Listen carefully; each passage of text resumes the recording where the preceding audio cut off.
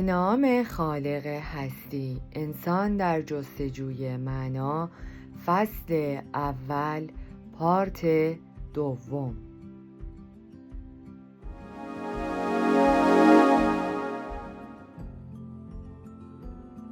آنان مسئول زندانیان و اساسیه آنان بودند که شامل چیزهای مختصر و گاهی جواهرات هم میشد. احتمالاً آشویست باید با گنجینه های منحصر به فرد جواهرات، نقره، پلاتین و الماس هایی که با زندانیان به آنجا سرازیر و به غنیمت گرفته میشد در اروپای جنگ زده مرکز عجیبی بوده باشد. این غنایم نه تنها در انبارها دیده میشد، بلکه در دست SS ها هم مشاهده می گردید. در آلونکی که احتمالاً حد اکثر گنجایش 200 نفر را داشت، 1500 نفر اسیر را جا داده بودند. ما از سرما می لرزیدیم، گرسنه بودیم و برای همه جای کافی نبود که دست کم روی زمین خشک چنبات بزنیم، چه برسد به اینکه دراز بکشیم. در مدت 4 روز یک تکه نان 5 اونسی تنها چیزی بود که غذای ما را تشکیل میداد. با این حال میشنیدیم زندانیان ارشدی که مسئول آلونک بودند بر سر یک سنجاق کروات پلاتین یا الماس با یکی از اعضای هیئت پذیرایی چانه می‌زدند. سرانجام همه غنایم با مشروب مبادله می‌شد. دیگر به یاد نداریم برای خرید مقدار مشروب مصرفی یک شب با شکوه چند هزار مارک لازم بود. تنها چیزی که می‌دانم این است که آن زندانیان مسئول نیاز به مشروب داشتند. کلاهمان را هم که قاضی کنیم می‌بینیم نمی‌توانیم آنان را در چنان شرایطی به خاطر اینکه می‌خواستند خود را تحقیر کنند ملامت کنیم. دسته دیگر از زندانیان بودند که به مقدار نامحدود لیکوری را که SS ها تهیه می‌کردند می‌نوشیدند. این زندانیان مسئول کسانی بودند که در اتاق‌های گاز و کوره‌های آدمسوزی به کار گرفته شده بودند و به خوبی می‌دانستند روزی دسته دیگر جای آنها را گرفته و در نتیجه از سمت مجری حکم اعدام محکومین یک راست به کوره‌ها سپرده خواهند شد. تقریباً همه کسانی که در آن قطار همراه ما بودند این توهم را داشتند که در آخرین لحظه رهایی یافته و همه چیز دگرباره وضع عادی به خود خواهد گرفت. ما درک نمی کردیم در پس پرده چه می گذرد و چه چیزی در انتظار ماست. به ما گفتند اساسیه خود را در قطار بگذاریم و در 2 صف بایستیم، زنان در یک سو و مردان در سوی دیگر، تا از جلوی افسران SS بگذریم. خوشبختانه من جرأت کردم کوله پشتیم را زیر پالتویم پنهان کنم. گروه ما یک از جلوی افسر SS گذشت. احساس کردم اگر افسر چشمش به کوله پشتی من بیفتد وضع خطرناک خواهد بود. از تجارب پیشین می‌دانستم دست کم مرا به زمین خواهد کوبید.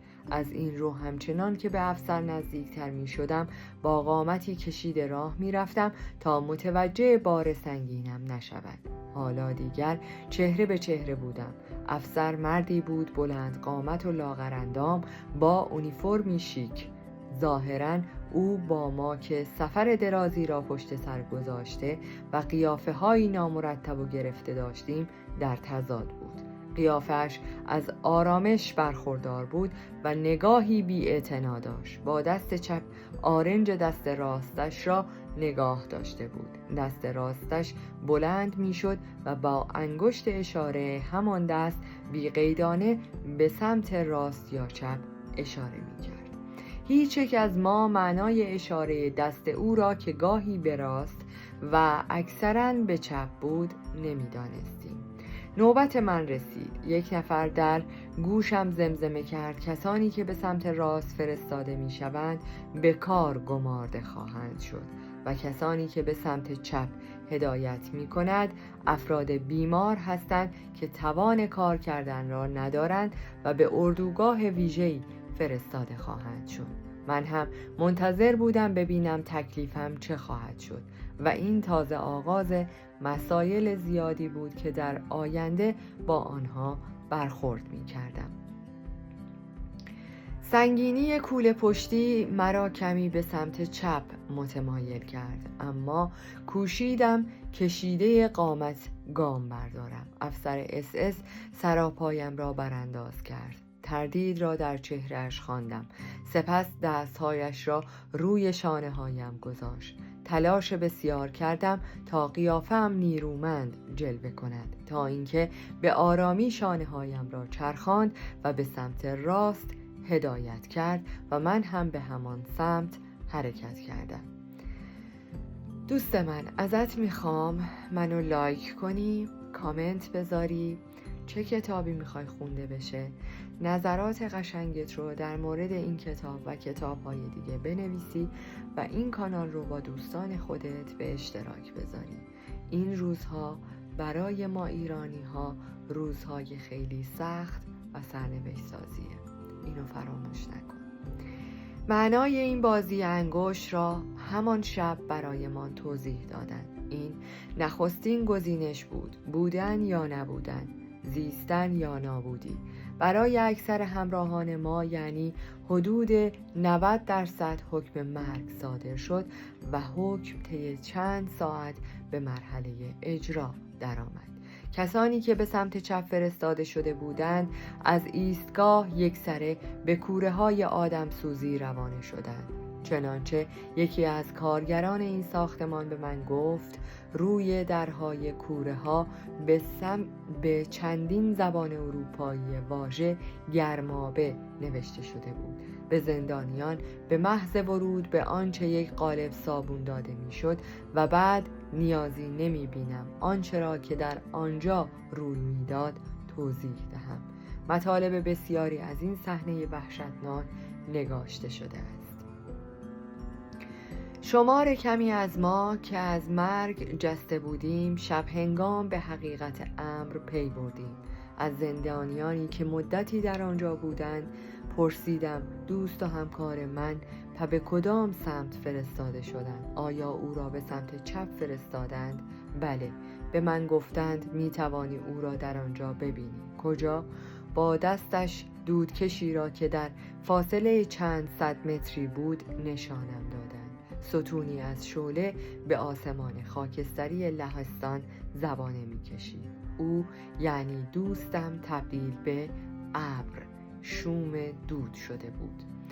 آنجا همان جایی که دوستانت در بهشت شناور است، اما من هنوز معنای این حرفها را نمی‌فهمیدم تا اینکه با واژه‌هایی ساده‌تر برایم توضیح داد. از مطلب دور افتادم. بهتر است رویدادها را به ترتیب بیان کنم.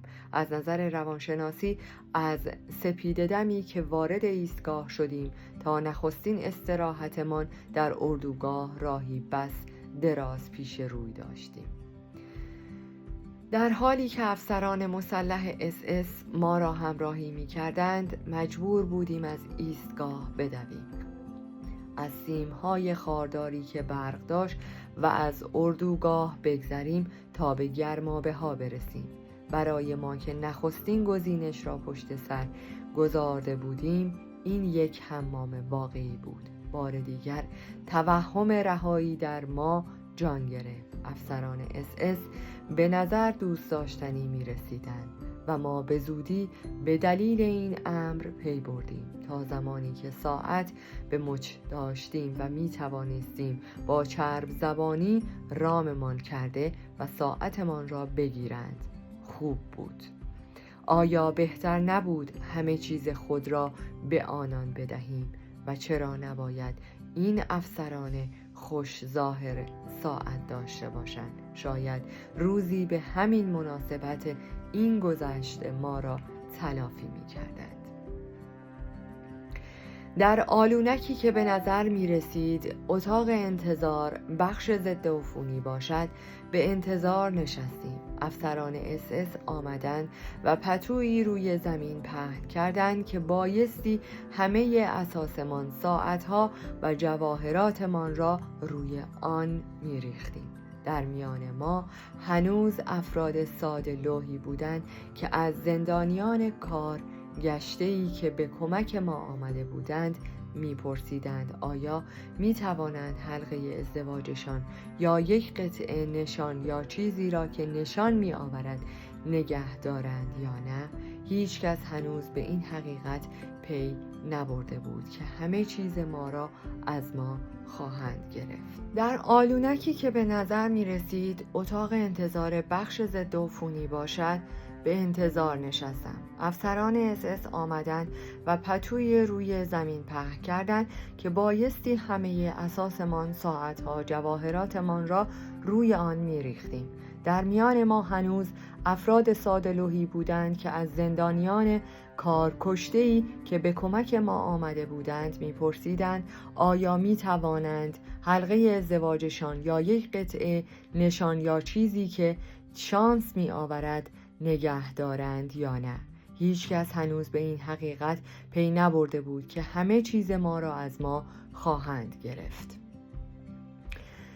کوشیدیم اعتماد یکی از زندانیان را به خود جلب کنیم. پنهانی و سویش رفتم و به لوله کاغذی که در جیب درونی پالتویم بود اشاره کردم و گفتم ببین این نوشته ها یک کتاب علمی است. میدانم که من چه خواهی گفت. باید خیلی خوشحال باشم که تن سالم از این محل به در ببرم و این باید تنها چیزی باشد که از سرنوشت خود انتظار داشته باشم. اما من نمیتوانم به این مسائل بیندیشم. باید این نوشته ها را به هر قیمتی که باشد نگاه دارم. این نوشته ها حاصل یک عمر کار من است. میفهمی چه میگویم؟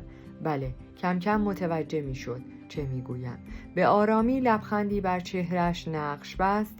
این لبخند ابتدا از روی تفریح بود، سپس جنبه مسخره به خود گرفت و آخر سر توهین‌آمیز شد و سرانجام به شکل یک واژه که در فضا پیچید این بود پاسخ من.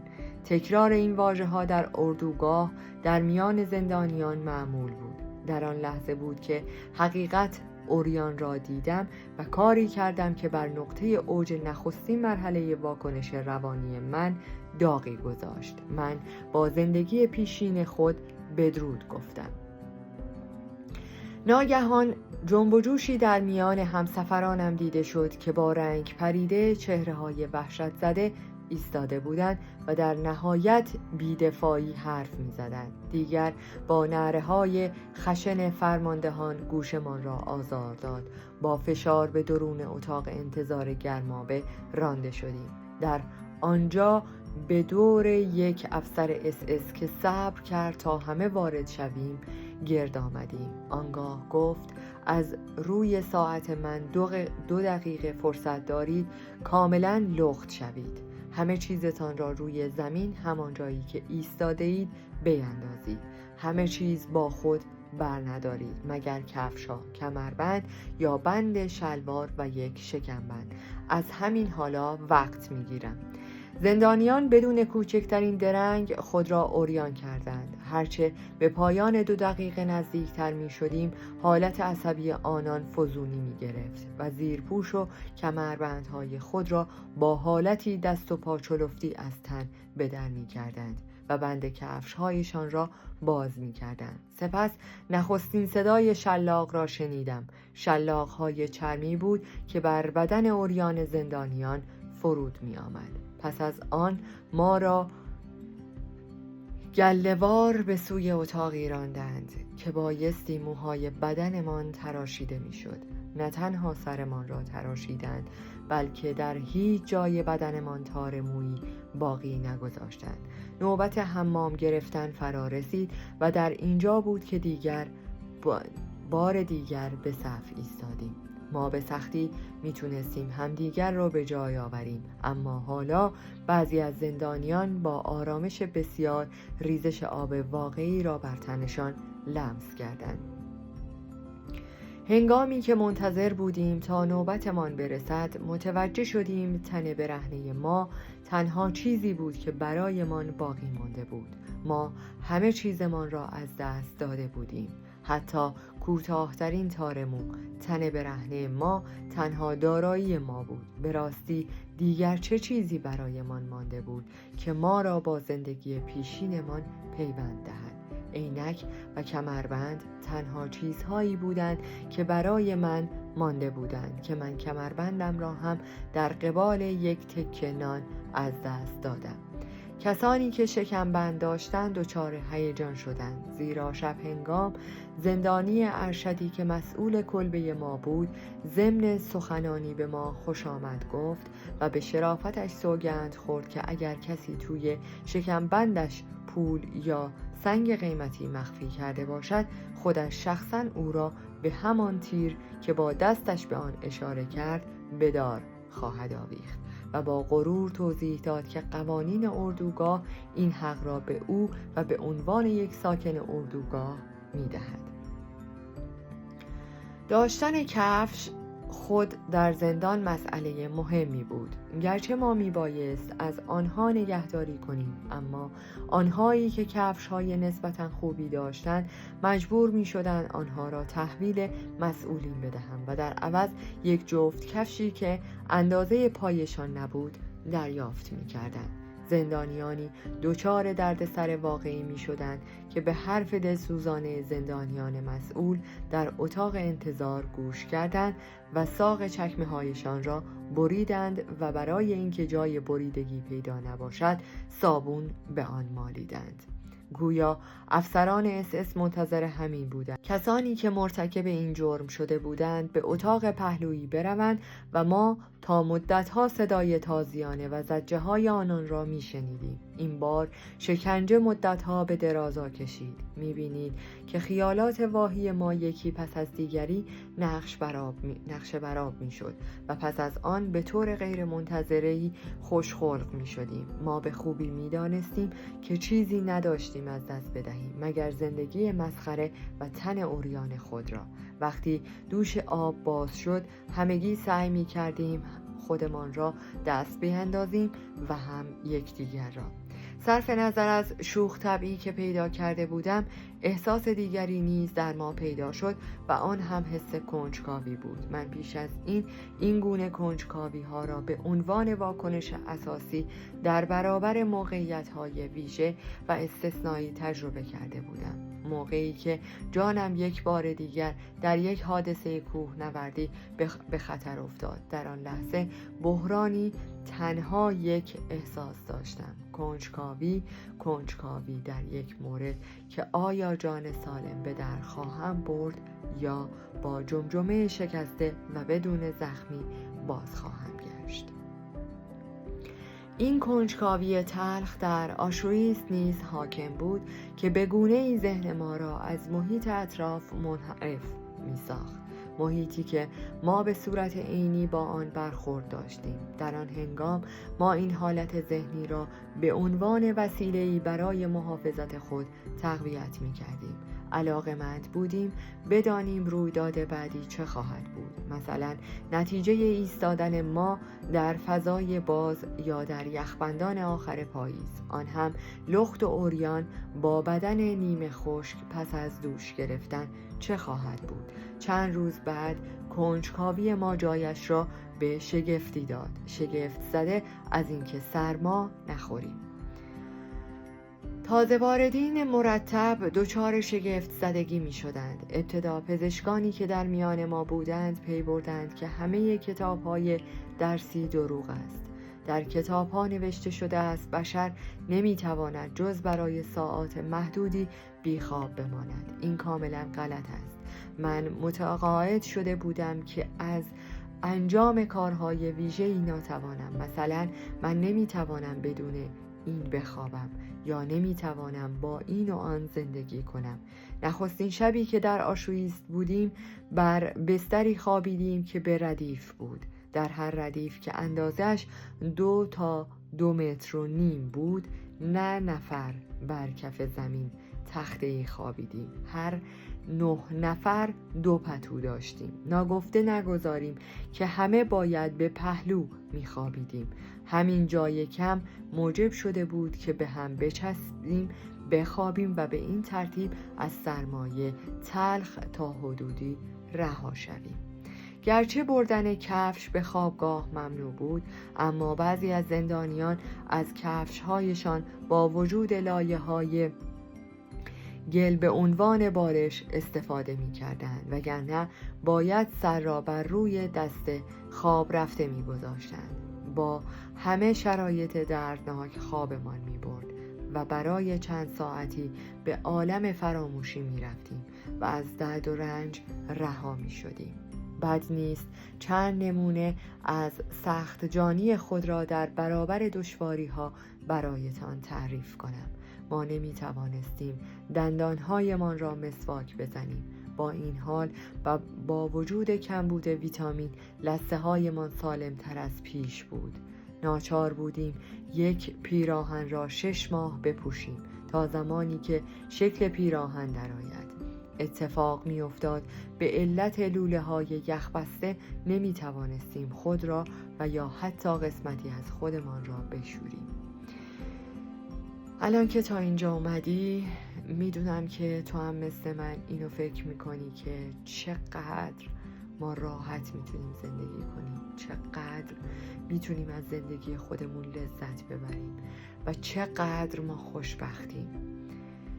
یعنی اگه دوست داری که بقیه دوستانتم به این خوشبختی دست پیدا کنن، حتما این کانال رو باهاشون به اشتراک بذار، منو لایک کن تا انرژی بیشتری بگیرم و کتاب‌های مفیدتری برات بخونم.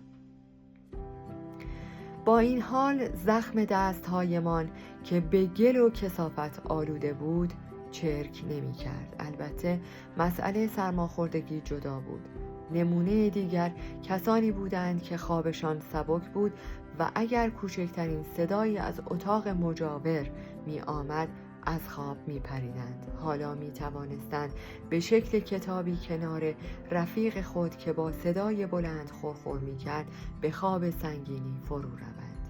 اکنون اگر کسی از ما در مورد حقیقت گفته داستایوفسکی بپرسد که می گفت بشر موجودی است که می تواند به همه چیز عادت کند، پاسخ خواهیم داد بله، بشر موجودی است که به همه چیز خو می گیرد، اما نپرسید چگونه.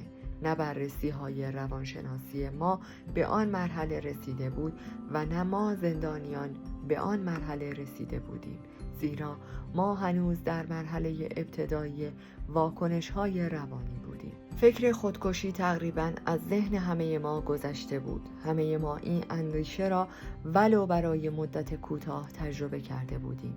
اندیشه‌ای که زایده وضع موجود بود، خطر مرگ که هماره تهدیدمان می‌کرد و نزدیک بود مرگ کسانی زیر شکنجه بودند به علت عقیده استوارم که بعداً به ذکر آن خواهم پرداخت.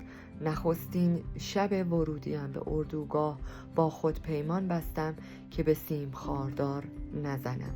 این عبارتی بود که در اردوگاه به کار می رفت و بهترین شیوه خودکشی بود که با دست زدن به سیم خاردار برقدار آنجا می گرفت. گرفتن چنین تصمیمی برای من خالی از اشکال نبود. از آنجا که شانس زنده ماندن و یا رویدادهایی که موجب رهایی می شد کم بود. خودکشی دیگر مفهومی نداشت. هیچ کس اطمینان نداشت جز کسانی باشد که از همه گزینش ها جان سالم به در ببرد. زندانیان آشویتز در نخستین مرحله ضربه روحی از مرگ وحشت نداشتند. حتی اتاق گاز پس از چند روز نخست ابهت خود را از دست میداد. در پایان از شما دوستان عزیزم میخواهم برای حمایت بیشتر ما کانال ما را به دوستان خود معرفی کنید. برای انرژی بیشتر ما رو لایک کنید و برای ادامه پرقدرت‌تر سابسکرایب. تا درودی دیگر، درود و 200 بدرود.